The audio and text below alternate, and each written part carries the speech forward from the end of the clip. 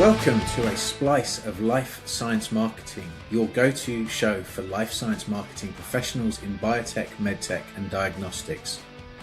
Join us for sharp, strategic conversations that turn cutting-edge insights into real-world marketing advantage. I'm Matt Wilkinson. And I'm Jasmine Gray. In each episode, we'll cut through the hype and complexity with practical plays you can use to earn trust, stand out in crowded categories, and convert attention into momentum. Hi, Jasmine. Hello, Matt. And hello, everybody. Today, we're examining two pressure points where most organizations are bleeding advantage. First, the widening gap between AI enthusiasm and actual deployment. And then the stage gate committees that systematically prune differentiation during development, long before launch teams inherit a commodity product and wonder why positioning feels impossible. These aren't separate problems. They're symptoms of the same organizational pattern. Retiring risk by standardizing rather than solving creatively, whether it's defaulting to generic AI experiments or cutting awkward product features that address high-value pain points. The mechanism is identical. Let's start today with where most companies are stuck right now, talking about AI transformation while their competitors execute it. What I really thought was important about your blog post, Matt, was that you call out the secret cyborgs. People in your organization using free AI tools with zero guardrails because you haven't given them approved alternatives. That's not a future risk. That's happening right now in every life science company that banned AI tools without providing substitutes. And the gap between the 68% who are optimistic about AI and the 7% who are actual power users, that's not awareness, that's execution failure. But what stopped me cold was this insight. We're drowning in information, but starving for absorption. AI can generate infinite content. The bottleneck is human understanding. That reframes the entire AI conversation from what we can automate to what actually helps us learn and decide. So, your article isn't about AI capabilities, it's about why the gap between enthusiasm and execution keeps widening and what actually closes it. So I wanted to follow up with some questions. You identified three blockers: data readiness, AI literacy, and incentive misalignment. But the data point that stands out is organizations taking 26 years to properly embed Salesforce. That's wild. If that's the baseline for a relatively simple system, what's different about the organizations that are breaking through with AI now? It's really interesting. And the companies that I've worked with that are breaking through with AI are the ones that are using the tools at scale. They're creating spaces where people can really play with the tools, and they're really focusing on not just AI literacy, but sort of an AI culture, one where people collaborate together amongst themselves and with the AI. But they're ones that don't just treat AI as a magic bullet.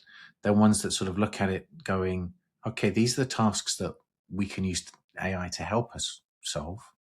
And these are the places where really we should be making sure that we absolutely need to make sure that we've got human oversight, that we're working alongside the AI tools rather than just handing everything over to them. And that's a big cultural challenge as well, because one of the big concerns that you and I know from speaking, from interviewing so many folks at Elrig Drug Discovery 2025, was that the more people sort of talk about AI, there's a group of people that are very scared that AI is going to take their jobs.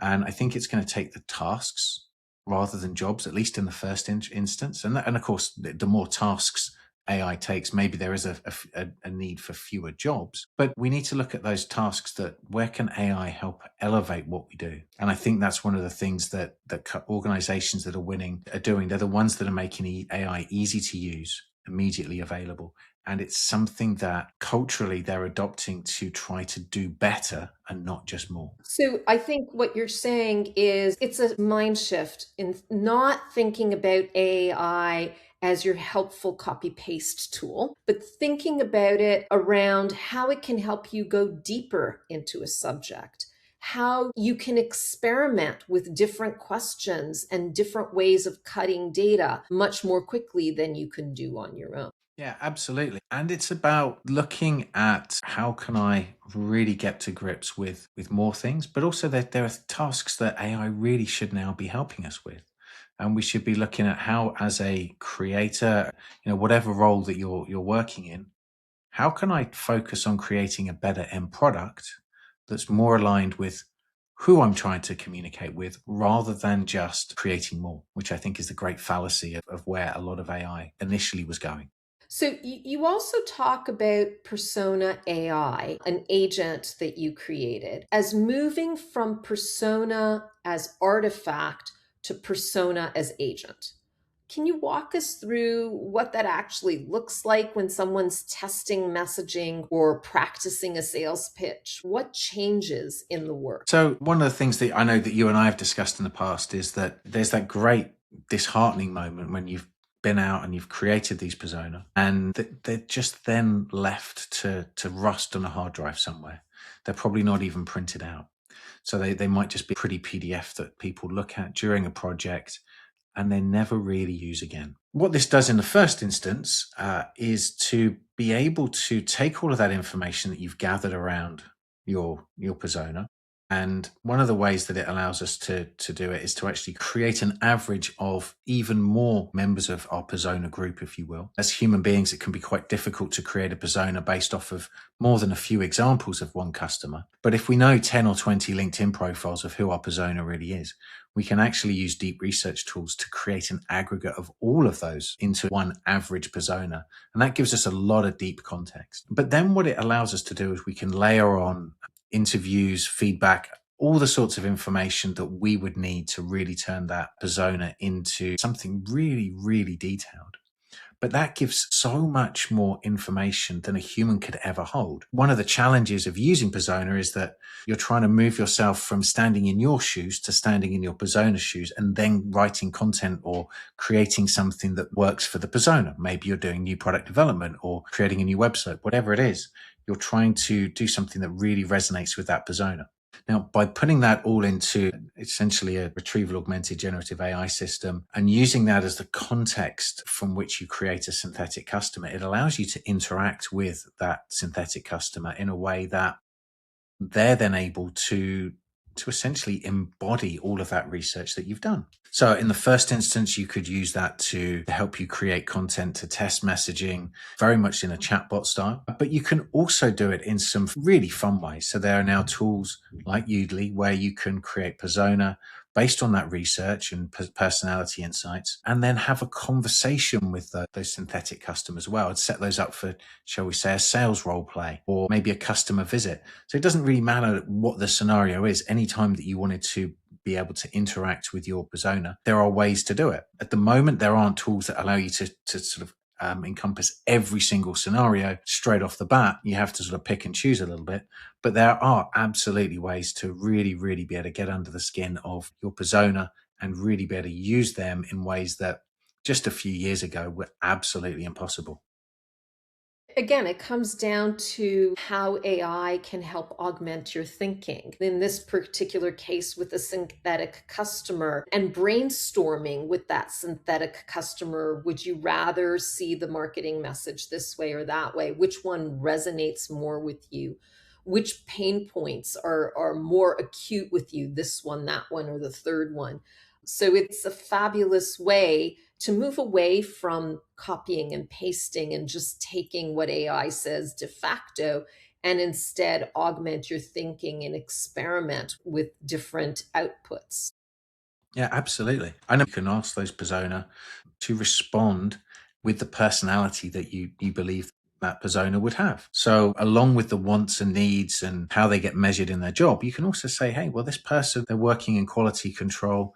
Maybe they're a little bit more detail oriented than the creative marketer. And so you're really able to then be able to get people to engage with that chatbot and get the responses back really aligned to that personality type and to that persona. And that allows you to help everything from R&D all the way through to sales conversations. And of course, with a big bunch of help for marketers in the middle as well. So in these last couple of minutes, we've been talking about ideas on how to implement AI and, of course, the guardrails that are important. Let's look at the flip side. When should a sales or marketing leader actually pause AI implementation because they're optimizing the wrong work? Well, the short answer is when they're using AI to scale work that shouldn't exist in the first place. AI makes it dangerously easy to produce more, whether that's more content, more campaigns, more of whatever you want, without ever asking if the strategy underneath is broken. And one of the things that's really important is that with AI, of course, we can scale out to multiple people with multiple personas. We can be everything to anybody. We can personalize at such scale that we can appear as any of our potential customers might want to be. But if we do that and we personalize in the wrong way and we sort of become sort of this amorphous blob, we no longer stand for anything. And the whole point of marketing is to stand for something and to know who you're for, and perhaps more importantly, who you're not for. So it's really important in my mind is to really be able to make sure that you're not just doing more of the same, but actually you're using AI to help you test, measure, and then be able to do better at what makes a difference. I think it almost comes down to the saying, just because you can doesn't mean you should. And really understanding what problems you're solving by using AI is super important. So where have you seen teams get this wrong? Where do you think people cede judgment to AI where they shouldn't? I think it's really around not making sure that they've got humans in the loop. There's some hilarious, I mean, I say hilarious, some really worrying examples that make the news where people are looking at putting things out that include AI hallucinations. Some pretty big decisions were made by UK police recently based on some AI hallucinations. And so there's some examples where you've got to be really careful for that. But I think the more sensible approaches is making sure that you're not quoting false case law if you're going into court, that you're not quoting false hallucinated references. So really being able to make sure that you're fact checking everything, but also that you're not ceding that emotional judgment and taste. So we really have to make sure that we know what's important, and we make sure that we're keeping human judgment in the loop at every stage of what we're doing. What we really want to be doing is making sure that we're communicating to the customer. And so we have to make sure that the content and the way that we show up to the customer is true, because still at this point, the customer is making the final decision.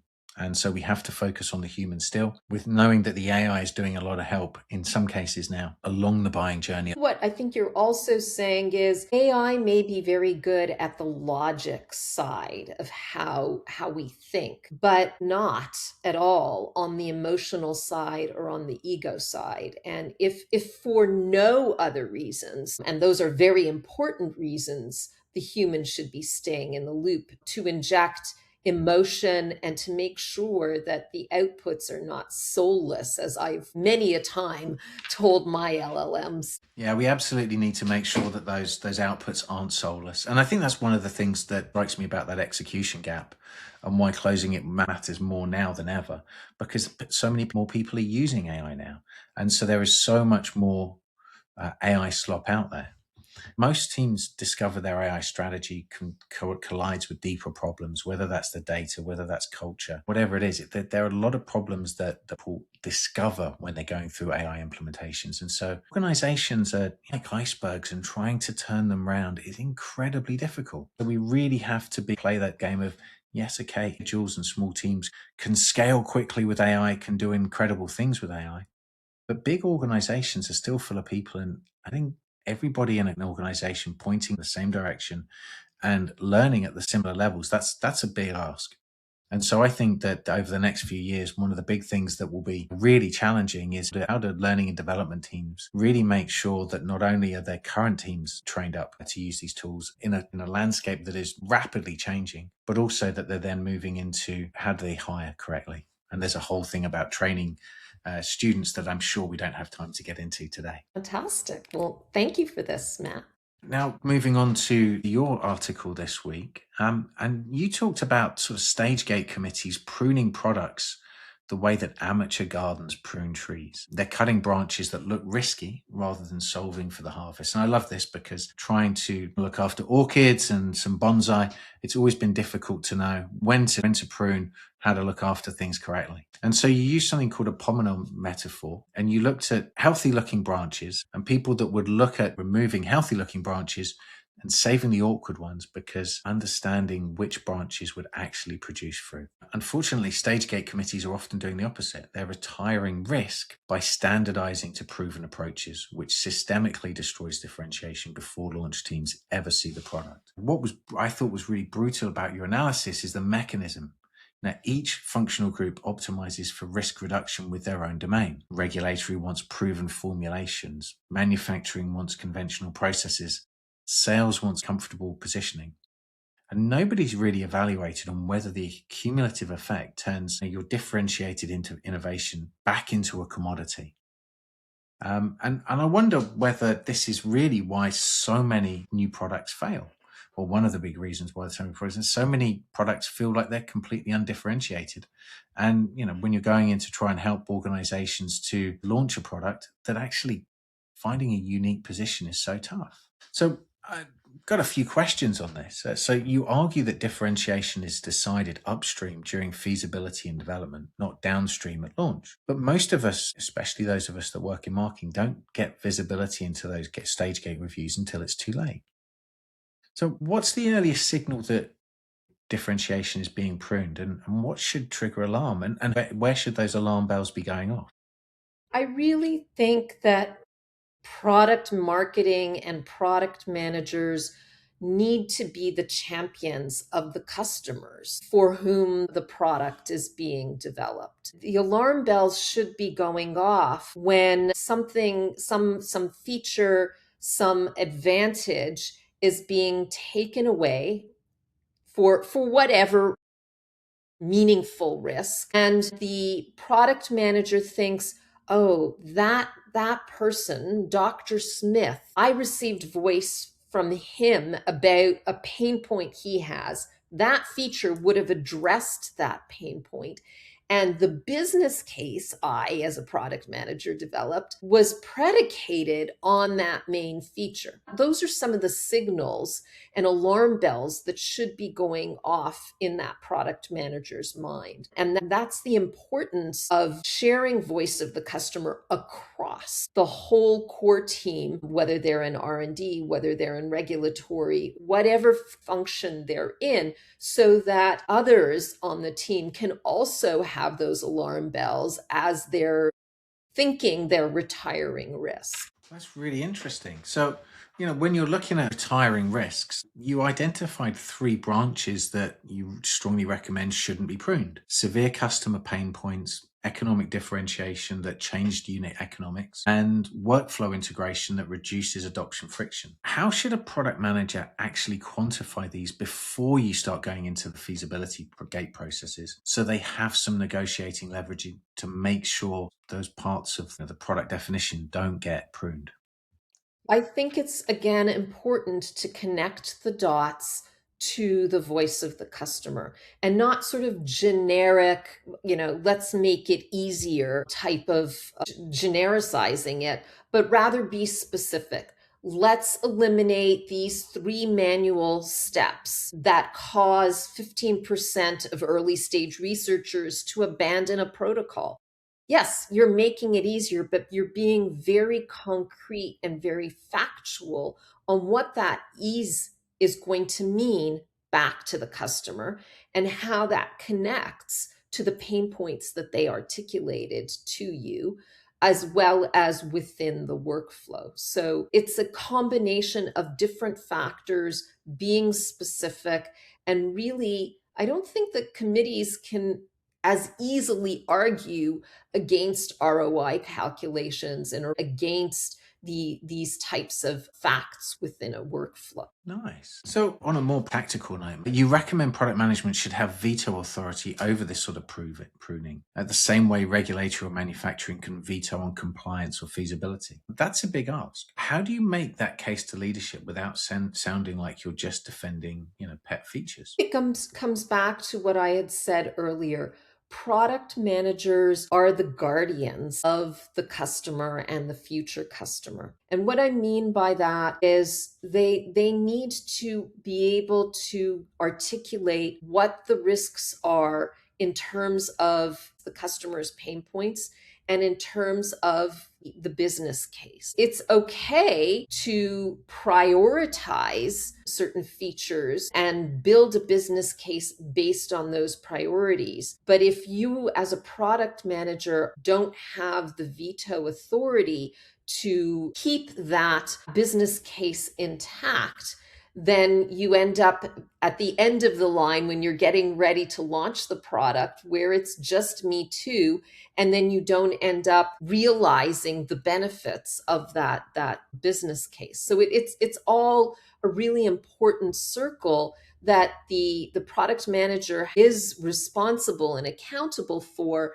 and should also therefore have the veto authority when these really important prioritized features are running the risk of being taken out. Yeah, really, really a lot of sense. One thing that I was really pleased to see in your article was that you touched on Jeffrey Moore's Crossing the Chasm framework, which I'm a big fan of. And you talked about how stage gates optimize for mainstream acceptance before establishing the beachhead market. And so does that mean that very often we're optimizing for the mainstream and the people that are going to be buying a disruptive innovation once it's accepted, but we're neglecting those early adopters and innovators? Where does this break down? When should committees actually prune aggressively, even if it risks some of those differentiation points? When the differentiation solves a pain point. I mean, we keep circling around the same themes. The pain point that customers aren't actively seeking solutions for, those are ones that should be